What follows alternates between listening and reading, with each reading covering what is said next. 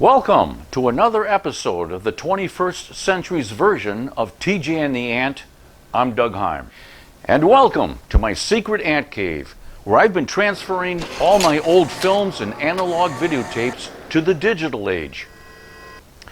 This century, ANT does not stand for All Night Theater. It now stands for All Nostalgic Television.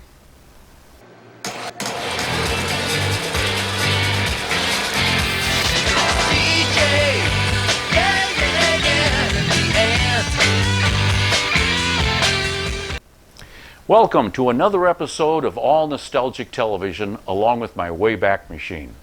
In this episode, you're going to see a crazy news story from 1974 and radio station TV commercials from the 1980s and the 1990s.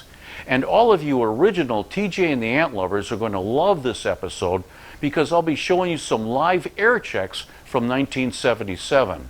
And you'll also see two productions that were produced by the Ant's Allnight Air Force. As in the Ant tradition, it's now time for this episode's mystery picture. To do that, we'll have to set our Wayback Machine to the year 1978. And now, here's the mystery picture.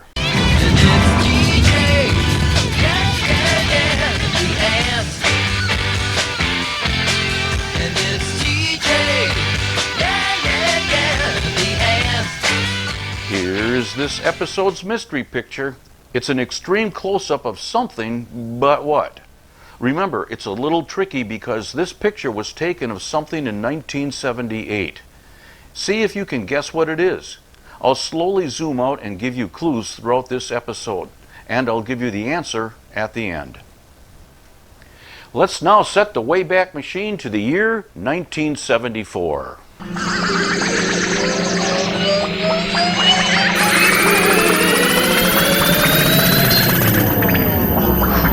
Yeah, it's now 1974, and I'm 19 years old. And wait till you see the cocky kid I was. When I was 15 years old, I'd started broadcasting an illegal pirate radio station from my parents' basement. I got away with it for 5 years. By 1974, I had moved away from my parents' home and was broadcasting 24/7. And that's when the FCC caught me and I had to shut it all down. And that's also when TV 11 did the following news story. The reporter's name is Jim Douglas, and the cinema photographer is Pat Crollo. WDRH Radio with Captain Corpuscle. It's time to pick our navel, and Captain Corpuscle's going to pick his navel for you and spin it on the radio. Buckman Turner Overdrive for 1974 on UAC. If you crank your radio all the way to the right, and then give it one more turn for good measure, voila, the Masked Mother. He also calls himself Captain Corpuscle. He's the phantom pirate of Green Bay's airwaves. Corpuscle operates illegally in the back of his house whenever he feels like it. He says the best listening is late We at come night. in here, my buddies come in, they bring their albums, we have a great time, we're carefree, we got a cooler with beer in the other room. We got girls calling in all the time, some guys calling up, but I love it when the chicks call up and they rap with me for the longest time, you know, we talk about anything and they talk about the station. We go on whenever we feel like it. We play what we want to play, and if we're feeling good, we're going to play the wildest, fastest music you want to jive to, you know. There aren't any Cardex files here to find those oldie-molies, no secretaries, no engineers, just the Music Mother. He put the whole thing together alone. The wiring took more than a month, and the components were all bargain basement buys. And that 250-watt transmitter that isn't operating yet came from a World War II battleship. Corpuscle first went on the air in his parents' basement. He was 15 then. Today he's 20 and a veteran of thousands of hours. All illegal. Tomorrow morning he'll sign off. He says the law is closing in and now is the time to call it quits. If I stay on the air, now I've been on the air really pretty long, and I've been pushing my luck all this time, and if I get caught, I'm going to be in the brig, or I'm going to lose a lot. And so I figure while I still got it, I'll shut it off and maybe sell it to somebody that wants it, and I'll look for something else to do. I'll find something. How do you feel about it, though, going off the air? I hate it. I don't want to go off. It's now 11 o'clock, and music continues. Sometime, somewhere, with a new name and a different audience, Captain Corpuscle will throw the switches, and your late-night buddy will be back again. In De Pere, I'm Jim Douglas. That was 1974. And what's really ironic is just 3 years later, TJ and the Ant premiered. And by the way, that was a diaper with 2 holes poked in it wrapped around my head. That was all I could find at the time to disguise myself. If you want to know the rest of the story about my pirate radio station, I wrote it all down in this book called My Reality TV Show. You can get a copy from most anyone who's selling books on the internet. It's now time to set the Wayback Machine to the year 1977.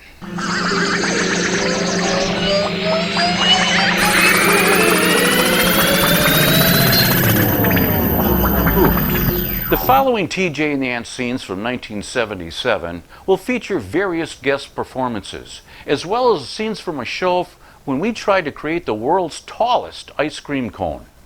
But first, here are some clips from just some of the TV shows and movies that aired on the original Ant. The Lone Ranger.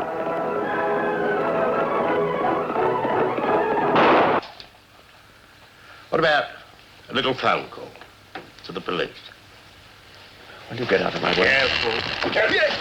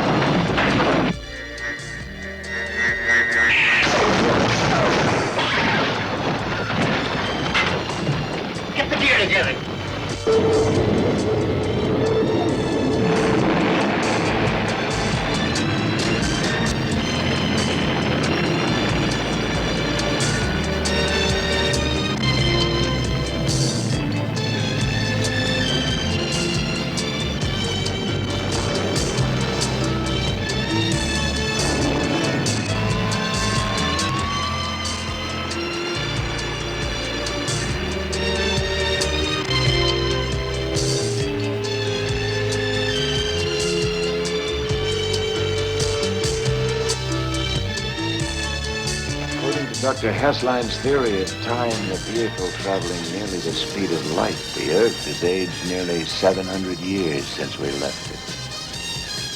While we've aged hardly at all.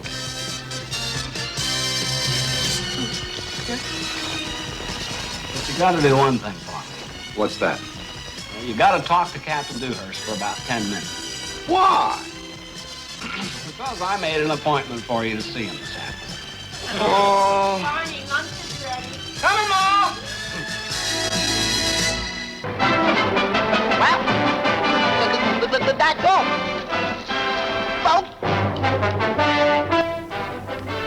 Next up, recordings of performances that took place in the TV studio during the Ant in 1977.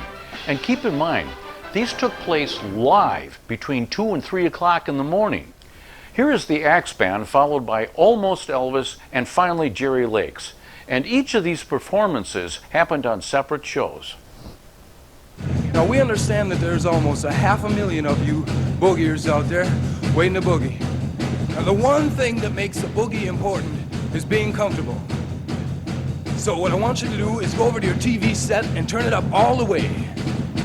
And turn that bass control up all the way. I know you don't have one.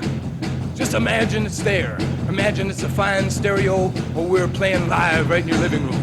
You're probably wondering who this cat is that's sticking his nose right down your throat. Well, I'm the director of this boogie. We're out to have a good time. So we're gonna get it back together right now.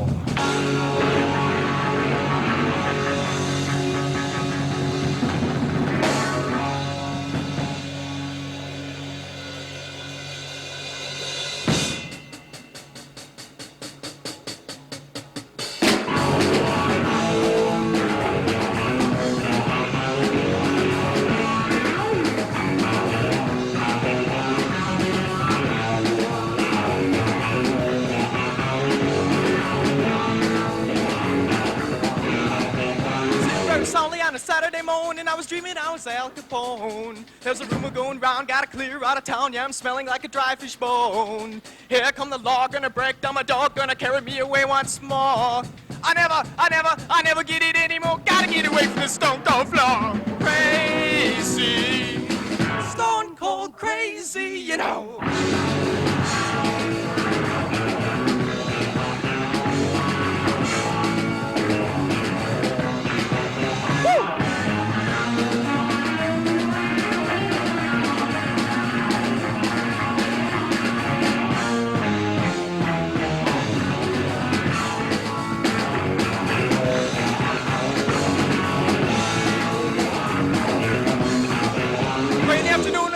Typhoon and I'm playing on my slide trombone.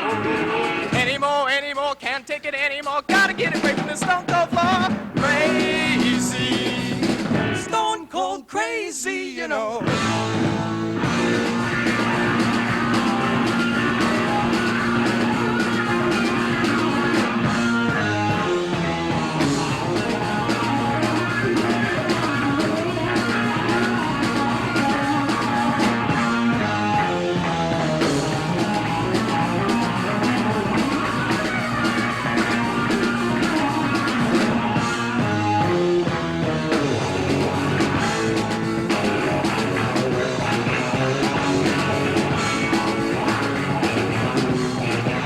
Walking down the street shooting people that I meet with my Robert Tommy water gun.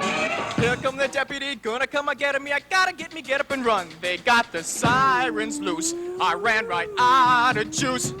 They're gonna put me in a cell. If I can't go to heaven, will they let me go to hell? Crazy, stone cold crazy, you know. Ow! All right, baby, this year's Wolfman with Almost Elvis.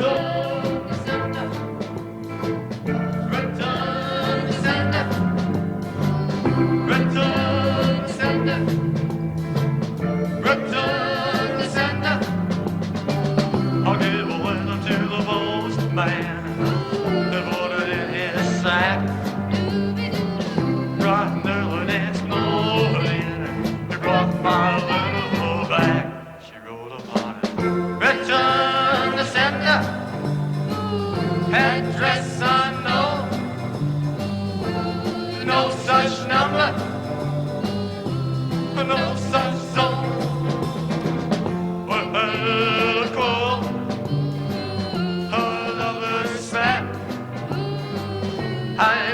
I'm sorry, but my letter keeps coming back.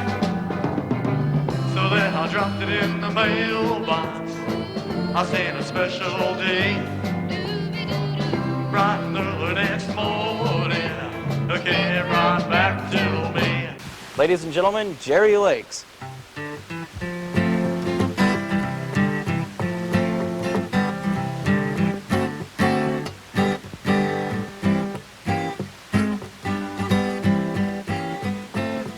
Hello, Dolly.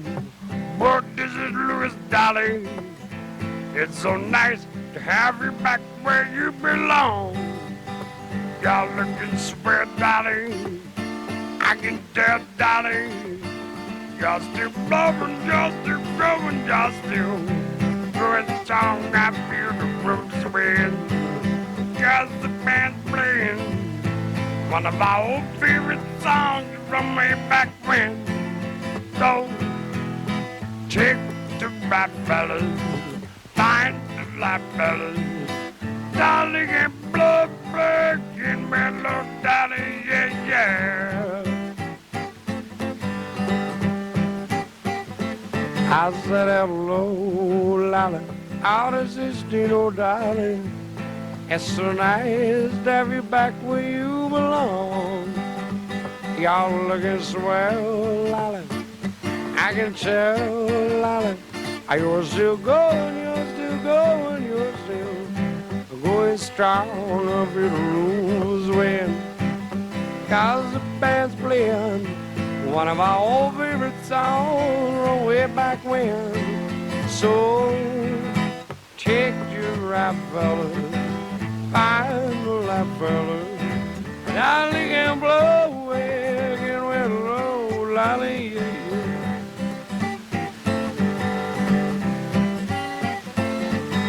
Hello, Dolly.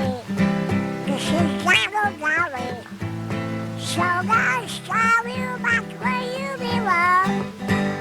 You're looking swell, Dolly. I'm not Joe Dolly. You're still going, you're still going, you're still going strong. I feel the room swaying. Turn the band's playing.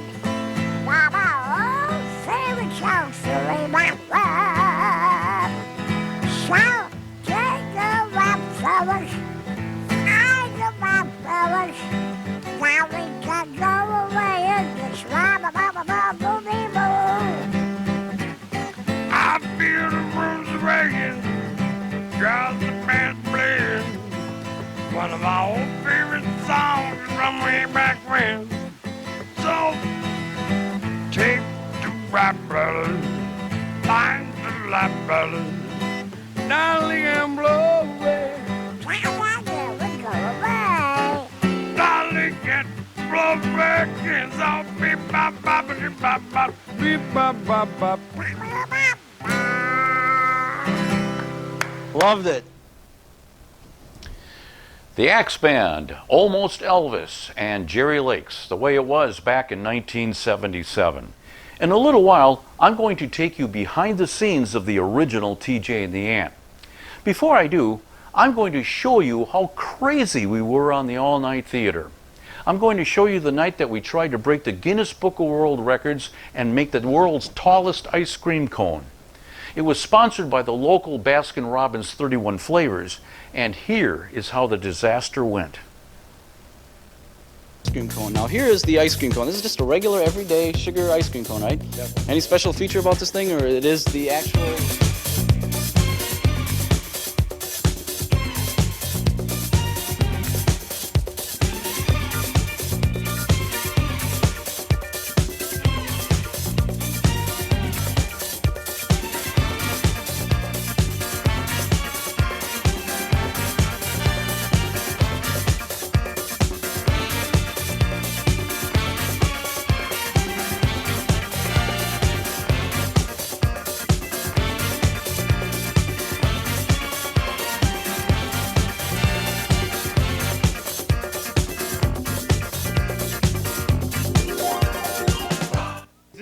This is number 70 you have in your hand. Hold it there. Hold it right there. Okay, that's number 70. Put 70, that's it. Whoa, there it goes. 70, hold it now. Hold it right there. Give me the cherry. Give me the cherry. I need a cherry. I need a cherry. Wait till you see our whole ice cream cone. You're going to see it on the floor here. The cherry. The final one. No. 70 scoops, that's it.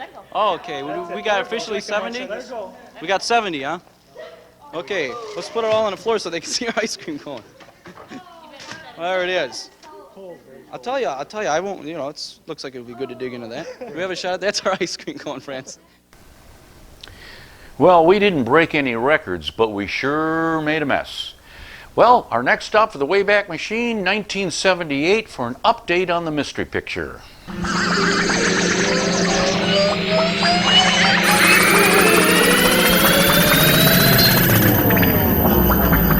Here's Here's a partial zoom out and another clue of this episode's mystery picture. Don't forget, the image was taken in 1978. Here's a clue. It's made of plastic, and it's a very common household item still even used today. It's also a part of something you hold in your hand. The next clip from the original TJ and the Ant was created by two teenage guys by the name of John and Joe Balke. They filmed what you're about to see frame by frame on 8mm movie film. It was incredible then, and it still is today. These kids took G.I. Joe dolls and animated them performing Day Tripper by the Beatles. The set and props were all made by hand. Even the drum stands were made using dish soap bottle caps. Here it is, in its entirety, just as it aired in 1978.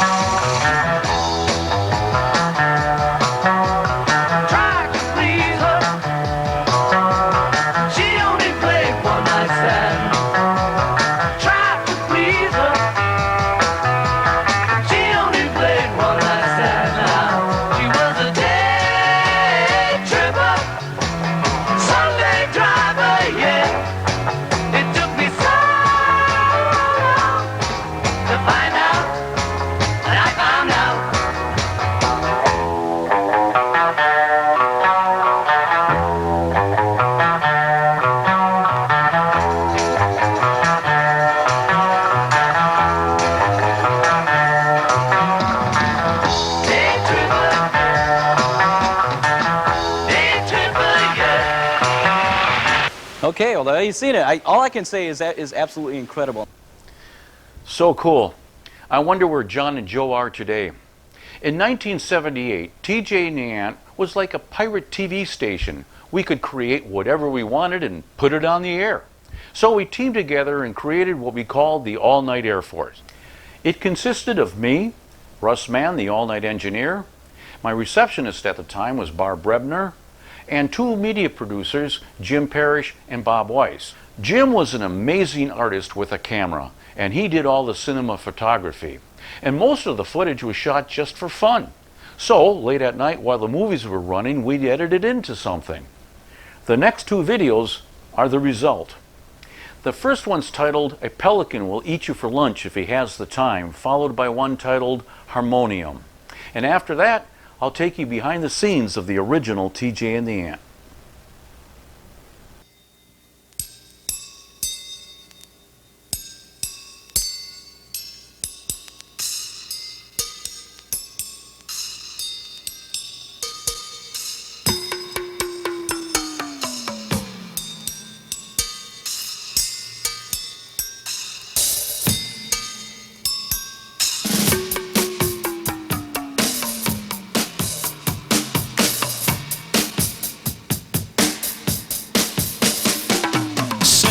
On the spinning top,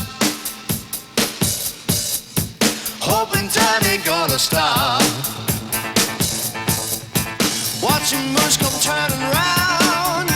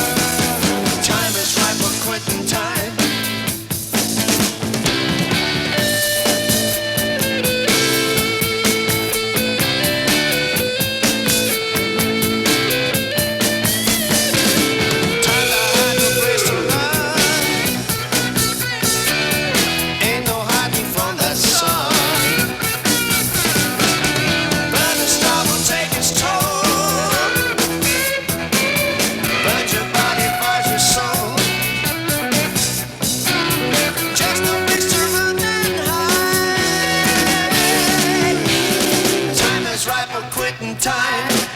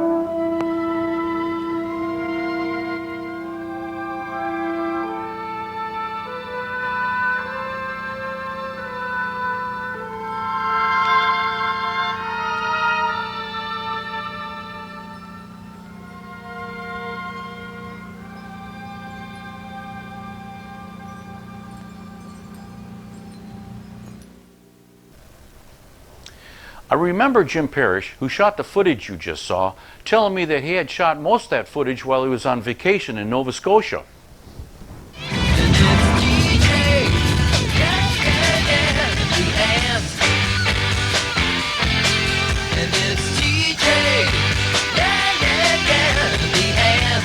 It's time for another mystery picture clue. Here's a little more of a zoom out. Remember, the image was taken in 1978. Here's another clue. Its main purpose is to kill. It's made of plastic, still a common household tool, and you hold it in your hand. Next, a behind-the-scenes clip from the original TJ and the Ant anniversary show, which aired on May 5th, 1978.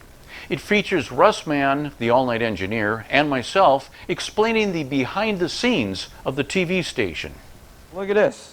I think I forgot to put my clothes on or something here tonight. Well, actually, that's not the case. I guess this all-night theater business is starting to get to my head.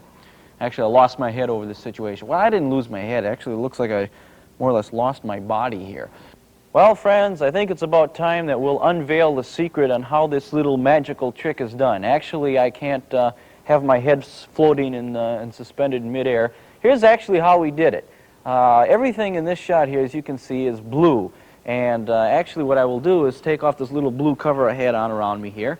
And now you can bring in the effects. Now everything that's blue in the shot will disappear. And it'll kind of look like I'm sitting in this chair when actually I'm not. Actually I'm standing right here next to a stool which has a green top. And if you can see, everything in the stool here is fine. But actually I'm not in the control room. I'm out in the studio. And another little trick about this thing is that the chair, if you want to dissolve back to the studio or the control room straight, we'll show you that in the chair there are a couple strings we got sitting over it. And Dwayne helped me out on that. This was Russ Mann's idea. Now Russ, you know, is our all-night engineer. And we had a couple strings tied to the chair. And Dwayne was behind the rack there where the tape machines are, and pivoted the chair back and forth, and also had a string to the fader bar to make the switcher look like it was doing it all by itself. So once again, you can see the effect there, and I will hold up a blue cape if you want to dissolve back to effects. Once again, remember, I'm holding this blue cape up, and by magic, I can just disappear other than my little pinkies here. So we'll say bye-bye. We'll be right back after this message. Now you know how it was done. Doug wanted me to explain to you folks how the tape machines work, so would everybody open their TR-600 manuals to page 5. I don't think they have one, Russ. What do you mean they don't have one? Doesn't everybody have a TR-600 manual? Nah, I don't think so. Well, how am I supposed to explain this if the people don't have a tape manual? You want me to explain it? Go ahead. This is the RCA TR-600, affectionately known at TV11 as VTR-9. This machine is of the reel-to-reel variety and can handle reels up to 90 minutes in length. Now we record the video on these magnetic tapes in very much the same fashion that you folks at home record audio on similar magnetic tape.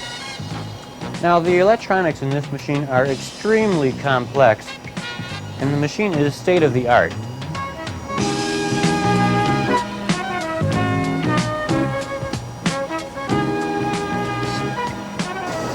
Thanks very much for that very interesting explanation of VTR-9. Wait, I'm not done yet. We haven't explained the other machines.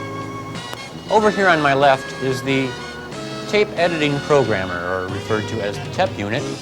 With this unit we can program electronic edits. The unit can also control any other machine we have here in the control room. Well, now that VTR-9 has told us how it works, let's go over here and see if I can tell you how VTR-8 works. Well, this is VTR-8, and it's really a lot like VTR-9, except this machine is rather obsolete. But now, we're not going to talk a whole lot about this machine here. What we're going to do is tell you about some of our film islands. Some people still think that we shine the movie projectors on a movie screen, and that we have the movie, or rather a television camera pointing at the movie screen. Actually, that's not how it works. We're going to show you our film islands now. Now, the reason these are called a film island is because there is more than one projector shining into one television camera. And now this thing here is a movie camera, or rather a movie projector. And Russ right now is threading the movie projector.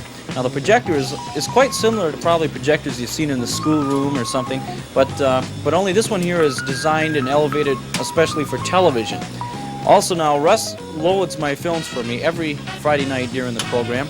and takes care of this. Now Russ is also going to explain to us how the film island works, because what happens now is this projector shines into a mirror into this what we call a multiplexer, and then reflects it into this little box here. Now Russ, you want to explain to us what this box is?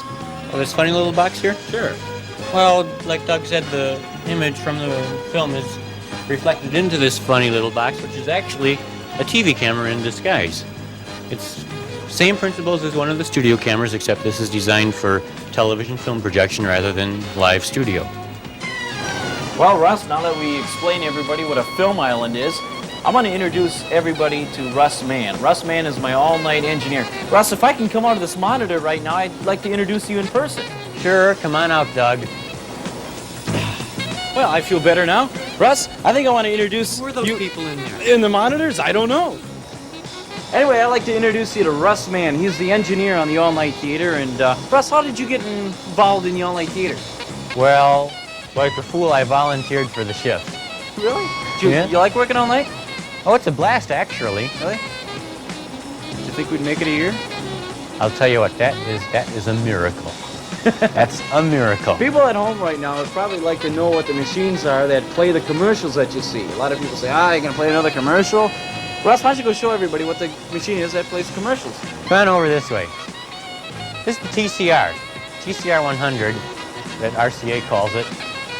This machine plays back video cartridges. The tape is the same type as the standard 2-inch videotape on the reels, except this is how we automate television. You simply load the tapes in, thread them up, we program the machine up here, and the tapes play back all by themselves. And I have a feeling it's going to play something back right now. This is the voice of TCR 100, also known as BTR 10. I knew this would happen. Why don't you machines leave me alone? But Russ, you know that we are the ones that really do the work around here. Sure you are. Well, I know about that.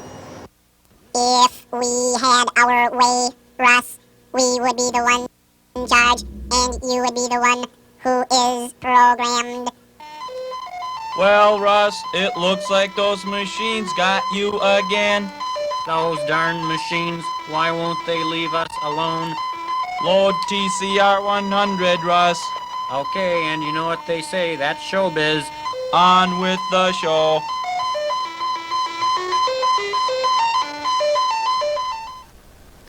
We obviously had a lot of fun making that.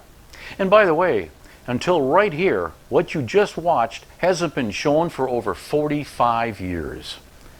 Before I give you the answer to this episode's mystery picture and wrap things up, we're going to take a look back at some old radio station TV commercials that were produced in 1985.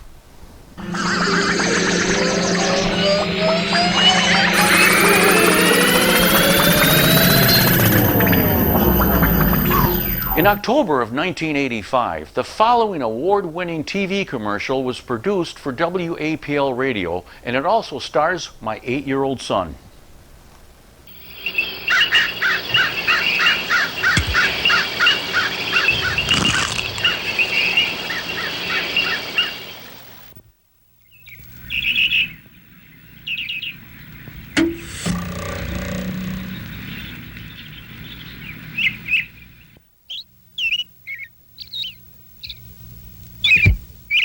.106 WAPL, going down in history as the Valley's home of rock and roll. We now set the Wayback Machine to the year 1992.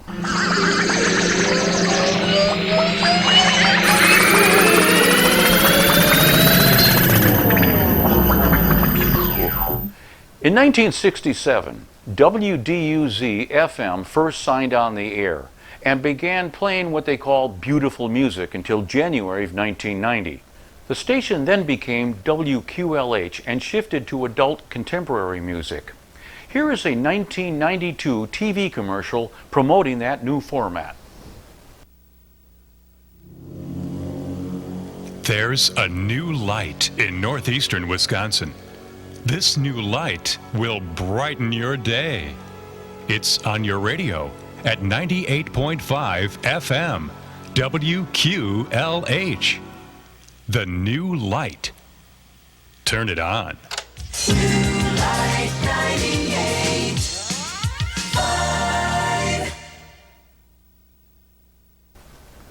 The Quality Lights hit format would eventually evolve into a more modern, upbeat format by the 1990s, and that'd be thanks to two radio personalities by the name of Doug and Kathy. The next 5 TV commercials were produced for WQLH between May of 1992 and May of 1994. They'll be played in sequential order, so you'll be able to watch how they evolved. New Light 98.5 WQLH is music. And now, thanks to management, WQLH is money, too. Hi, this is Doug and Kathy. Mornings on WQLH. You already know that we play the freshest mix of light hits and the classics. Like Billy, Bonnie, Bruce, Michael, Mariah, and so much more. Yeah, but we wanted to give you even more, so we kind of convinced management to take care of you. Listen to the music to win the money on New Light 98.5 WQLH.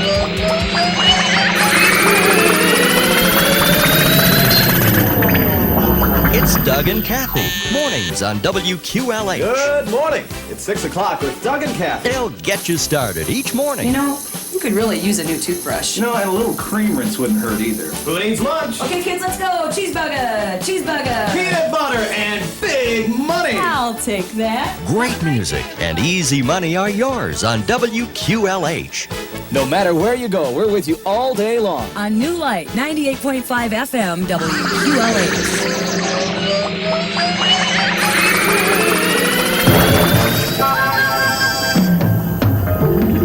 Who can turn the world on with their smiles? Who can take a nothing day and suddenly make it all seem worthwhile? You're gonna make it after all. Doug and Kathy. Mornings exclusively on 98.5 WQLH.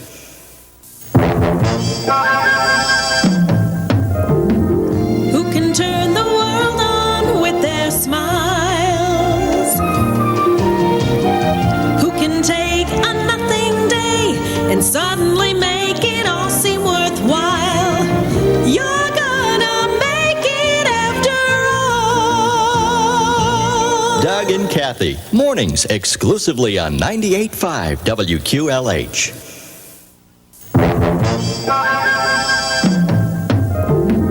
Who can turn the world on with their smiles?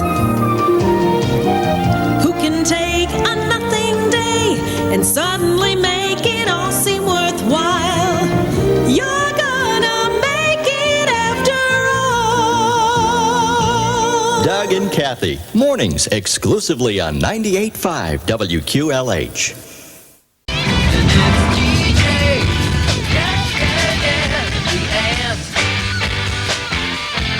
It's time for the answer to this episode's mystery picture. I told you it was made of plastic, a common household item, a tool you hold in your hand, and it's designed to kill. Are you ready for the answer? It was a fly swatter. Well, that's going to wrap it up for this episode of The Ant. But don't you worry, I have a lot more coming in future episodes. Here are just some of the snippets of the things to come. I'm Peggy Wonke, your host here on the Home Video Shopper. A new total. A new total? Oh, right. Let's hear Roll it. that total. This is the dance machine. It's the dance machine, dance machine. The dance machine, the dance machine. The dance machine. WLUK TV 11 Green Bay. TV 11 Green Bay. We're still the one. Hey, Barney, you still with us? Oh, sure. I didn't go anywhere. I hope you'll tune in, and as always, I'll be looking forward to your comments, requests, and most of all, your suggestions.